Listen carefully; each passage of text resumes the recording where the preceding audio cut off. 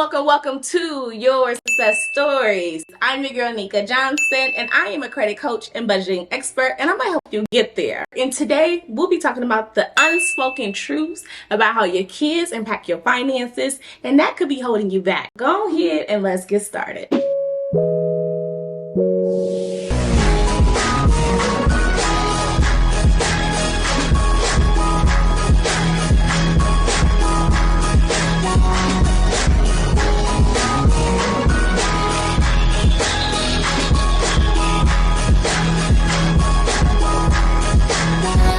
Now, y'all may be asking, y'all may be wondering like, dang, Nika, why you do this? I just gotta keep it real. You know, when it comes to parenting, there's no book. There's no roadmap on how to become a parent. It's through trial and error, through test and trial. You're either gonna raise your child or your children different from your upbringing, or it's gonna be similar model or the same. But essentially is that you're gonna make mistakes. You know, with that first child, it's a little bit harder. And then when you have that second one, you kind of ease into the job a little bit more because you got some experience. And then if you're 3 and up, then you're probably a pro. That's okay. I only believe in having one kid. Let's keep it real. Stop having kids in poverty. Like, quit having kids in poverty generation after generation, because all you're doing is breeding them into broken homes, finances, debt, trauma, and these kids deserve better. Let's keep it real. Kids is expensive, and that ain't in our budget sometimes. I get that you love them, but every person that you lay down with, you don't need to have a child with. You know, honestly, your child could be holding you back. Your children could be holding you back. You know, what happens is that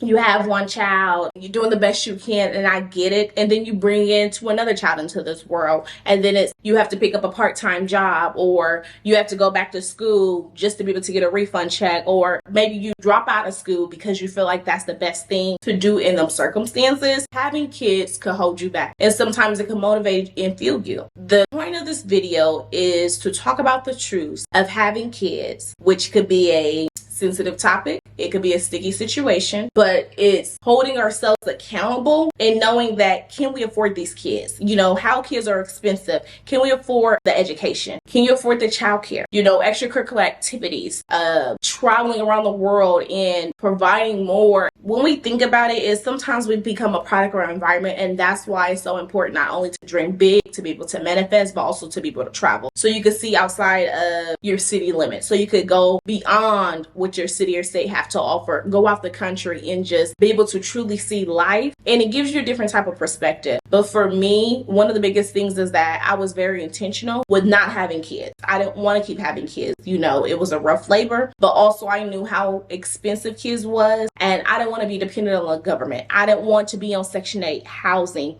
getting food stamps and CDC, and, you know, having people come into your home and doing an inspection, and they telling you how you can live and who can live here and who cannot live here. And you can't take a promotion sometimes because if you make more money, then they're going to cut off your benefits. And it's the poverty mindset. But we don't really talk about the unspoken truths of being a parent. We don't talk about having multiple kids sometimes can hold you back. Of the expenses, the mouths to feed, the clothing, the shelter, the nurturing, you know, being able to be there when they stub their toe and you got to go to the doctor, or when they get sick and you know, you got to go to urgent care and take time off. We don't talk about those expenses of how it can impact you and how mentally it can be exhausting, because it does take a village. It takes a village to raise a child, no matter what, to be able to lean on them.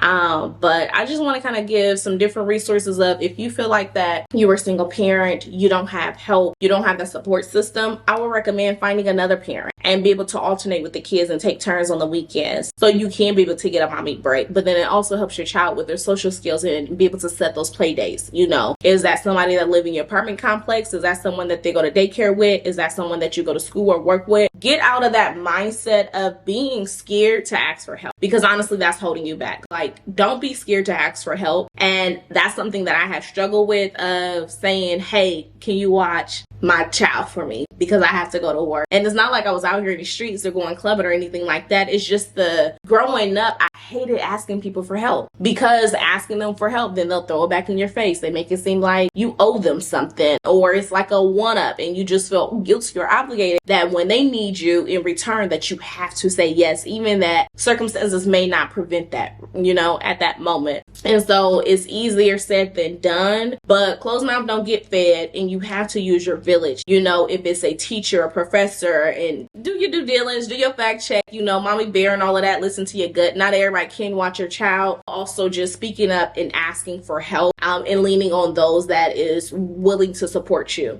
And it may not always be in the terms of babysitting. Could that be of a listening ear? Could that be for picking up and drop off? Just that lifeline that you may need, get out of jail free card of that weekend that you may need a mental break, take it. Because we don't talk about how parenting could be exhausting sometimes. You know, I want to ask you this question of, who do you live for?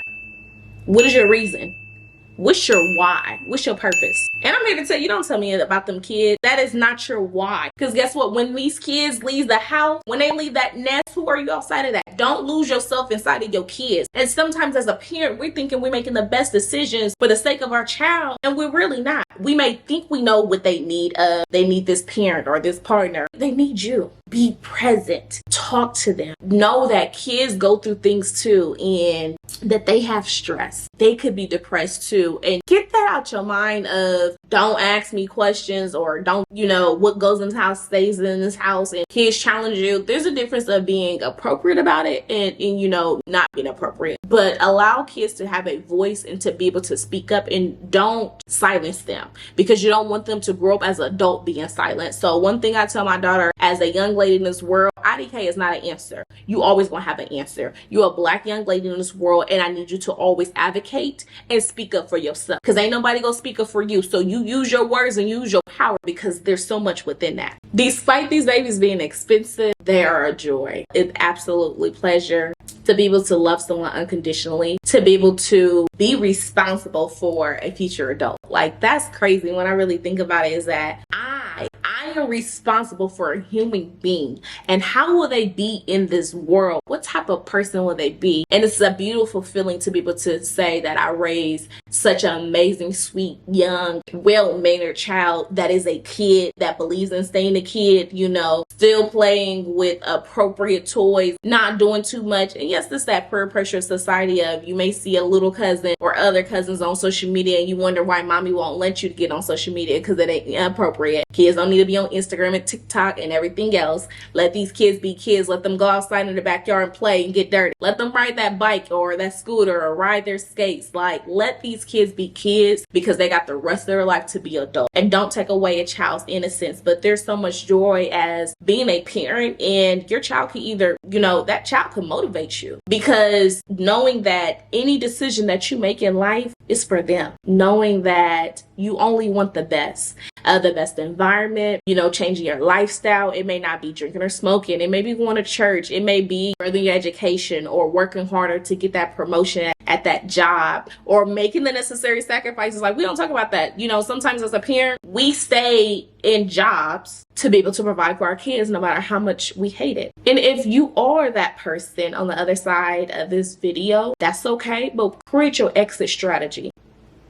We want to make for sure that with our kids, we don't use that as an excuse to not reach our financial goals. When you think about it, if you die today, what type of impact are you going to make in this world? What are you leaving your kids? What are you leaving your kids other than trauma and bad debt? Piss poor credit, you ain't got a life insurance. What are you leaving back? A lot of times people will make this phrase of, I'm willing to go broke for my kids. I'm here to tell you that ain't no badge of honor. How many is willing to be financially stable? How many is willing to break the generation curses? How many is to be able to go through that phase of being the only person, that oddball, that black sheep of don't know how to get to the other side of knowing that you want more, but you're not willing to give up. Fail forward, fail fast. Do you know what it's like to be that change maker from your family? Because ain't no roadmap again. There's no book. You can't read. You can't Google. You can't YouTube this. It's through experiences. So ask yourself, saying you willing to go broke, you willing to spend your last dime for some Christmas presents. Sometimes making a necessary sacrifice as a parent is saying, hey, mommy love you. I do not have it financially right now to buy you the gifts that you may desire. But what I can do and what I will do is that I'm working hard to provide you a house, so we can have a home that they can grow up in, so they don't have to move every year. You know, they can have that room of where they have have each line of every time that they have a new growth milestone. You know, something that they could call their childhood home,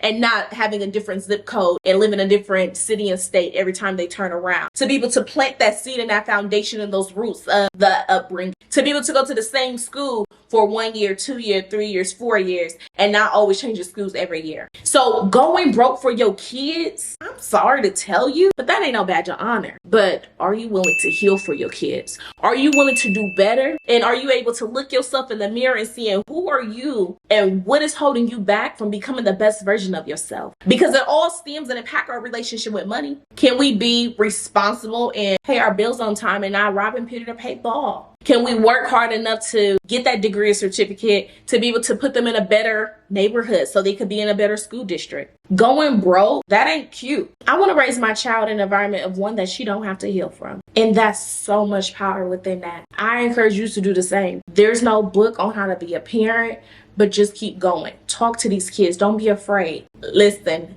my biggest regret with having kids, there are none. Simply put, there are none. My child, it comes a part of me. That is my legacy right there. So truth be told, there's no regrets. But knowing that it is never okay to keep having kids in poverty, putting them in certain situations that they don't have to be in. Be careful on who you're dating. Knowing your partner, their family, do they have any type of mental issues? You know, is there going to be any type of health complications? Are you guys compatible? Are you guys in alignment when it comes to parenting? Before we get out of here, I want to give you 5 parenting tips around finances and kids. So number 1, lead by example. That's right. Lead by example and teach your kids about the importance of financial literacy. Have those conversations with them while they're young and communicate with them of when it comes to your bills. Okay, if you have a bill due on the 1st, being able to pay it on time. Let's say, for example, if you at Walmart going grocery shopping, and you know, I get it's hard to take the baby to the store because they get to touching and fiddling, and they always,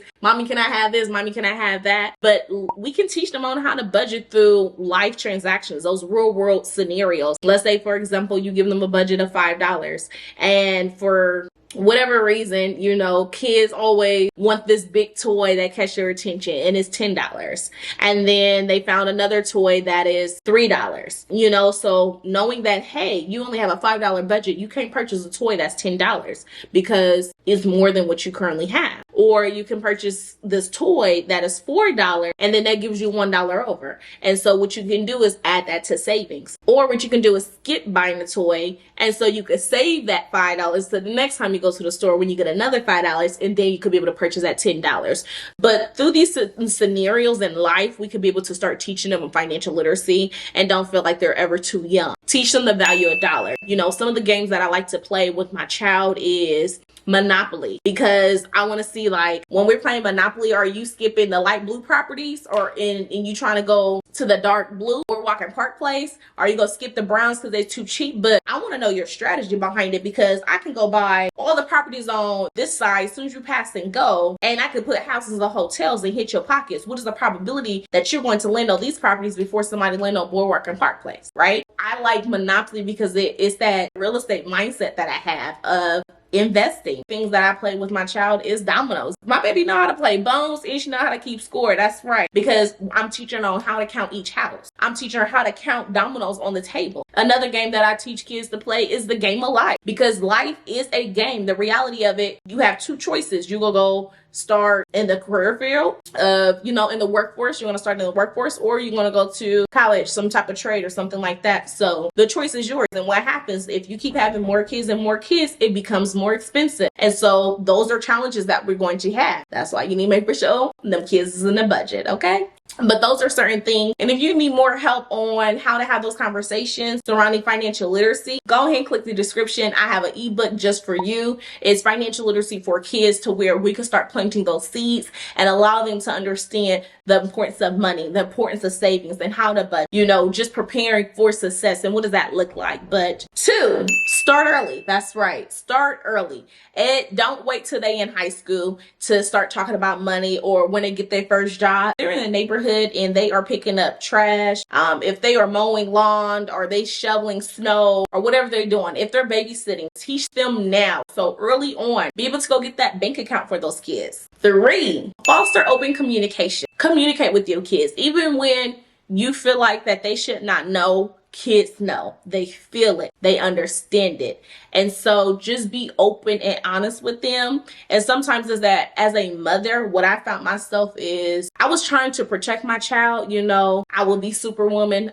around her, and then I will cry in the shower, and I will hide when I was depressed or sad, and I just fought it. And those are things that we do. But sometimes we are shielding them from a world that we're hiding them from. And sometimes it's just being honest. Hey, mommy is not okay. I just need you to be on your best behavior today. Hey, I need you to look after your siblings for me today, for me, please. You know. 4, teach delayed gratification. And so certain examples, delayed gratification, it could be reward for your birthday. It could be a reward for, you know, getting good grades, hitting honor roll, or winning in sports and bribing your kids to take them to Target if they do a really great job. But teach them delayed gratification so they don't feel so entitled sometimes. Of what happens is we don't realize that as an adult, we created these issues sometimes arise based off of your childhood and based off of that upbringing. So that delayed gratification, teach them to save for larger purchases, saving up to purchase a car, saving up to purchase a house, or saving up to buy their own book bag or clothes for back to school. But teach them delayed gratification, that they don't always have to have it right now. Soon they get that money, it doesn't have to burn through their hands. 5, provide hands-on experiences in your household. That's right. Hands-on experiences of how to learn about money is even chores. Are you going to give them some type of incentive and get a couple of dollars out of that? Teach them to be able to learn financial independence. You know, how does money work and how do you accumulate money and what does that mean? But these are just 5 different tips in things that I would recommend in implementing when it's around kids and finances. Remember ultimately that every child is unique, every child is different, and parenting styles may vary. Essentially adapt to what works best for you and your child in your household and whatever's in your budget, okay? But ultimately, thank you so much for watching and supporting. Make sure you like, comment, and subscribe. And ultimately, the question is these kids in your budget? Because if they not, couldn't have them. Wait. Save yourself, you know, from a life of misery and heartbreak. Don't keep putting yourself in the same position after situation, baby daddy after baby daddy, because after a while, you're going to have to blame yourself for the choices and positions that you put yourself in. Ultimately, is kids holding you back? Only you know that answer. Before we get out of here, I just got one question for you. Is that in your budget?